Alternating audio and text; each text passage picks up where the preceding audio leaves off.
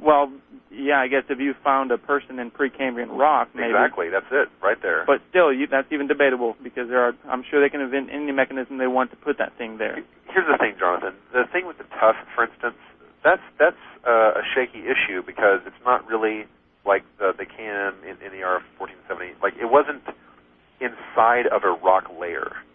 If you found something like a human skull... It was beneath it, though, right? Huh? It was beneath it. Yeah. Which is even better.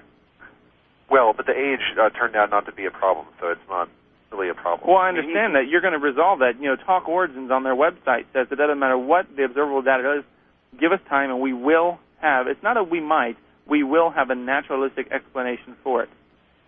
Evolutionists have that a priori. There is a naturalistic explanation for everything. Everything is going to be that way.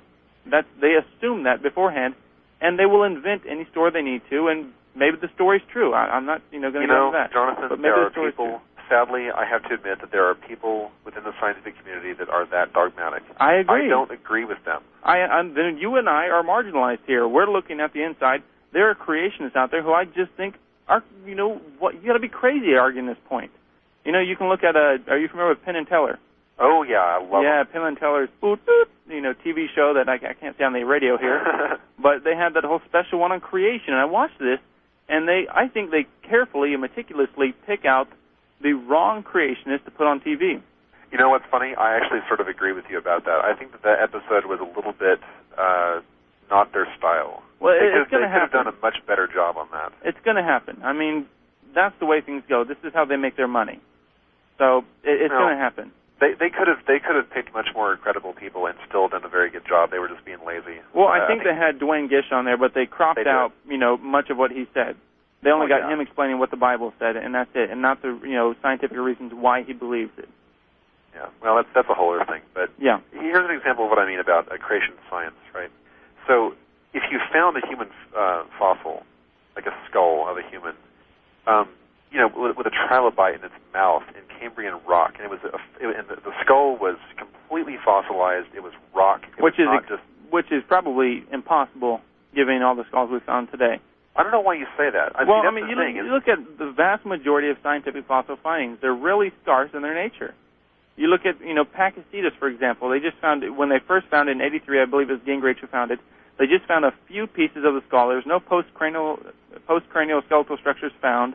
They found a few pieces of the teeth, the inner ear, which resembled a modern-day Wells inner ear in some format. Right. This is all they found because that's the way most fossil findings are. They're very scarce in nature. So, I mean, first of all, to ask for a human skull found down there in Precambrian is a bit far-fetched anyway because we really don't find any human skulls, fossilized anywhere. I believe there's like 12,000 hominid, fossils today. That's a lot. Well, not if you think about 3-4 million years of history. But why are they never found in the deeper rock layers? I think they have been. I you don't can think look so. at the revised and expanded. Claim. That's fine. I mean, but that's what I'm saying. These claims are made, and then they invent stories to explain it.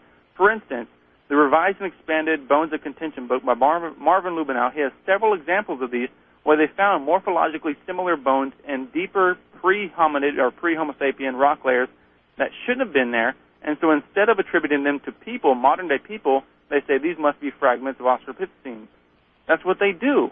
So it doesn't matter if we find a morphological, similar bone down there, they're going to find something to attribute it to. First of all, they're all very fragmentary in their nature, so you could take a fragment of bone, and who's to say what creature that thing belonged to? You then have to go back to the geologic column to see what lived in this time, and that kind of marginalizes and sexualizes what you can attribute this to. So you have to go back to their assumptions if you find a morphologically similar bone down there. When it's things like leg bones or fingers, that's a kind of a hazy thing. But let's think about like a human rib cage or a skull. These are things that are unmistakable. If you find them, that's what it is. Yeah. We should find. It seems to me that if the Genesis and the flood story is true, then why shouldn't we find skulls in the Cretaceous and the Jurassic and the Triassic? Well, how long did it take for the flood to kill everybody? You tell me, man. Oh, I'm asking you. I have no idea. Okay.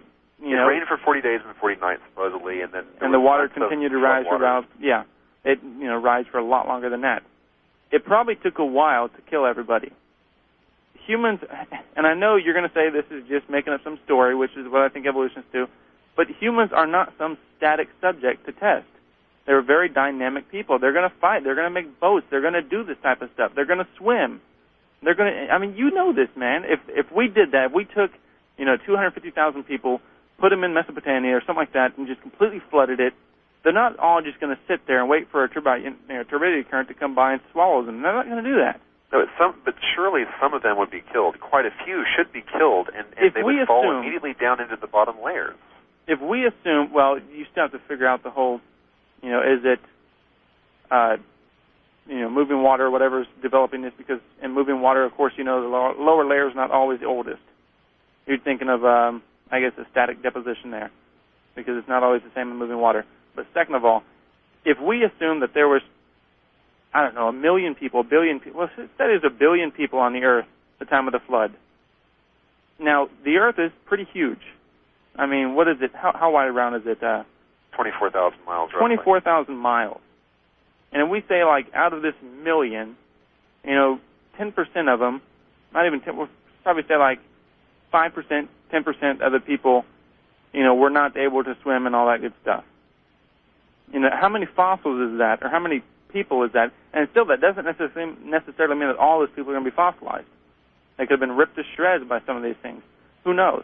But still, it's such a small percentage that for us to go out there and say, okay, if we've got 100,000 fossil fragments at least somewhere all over this Earth, let's go find them. That's a huge Easter egg hunt, man.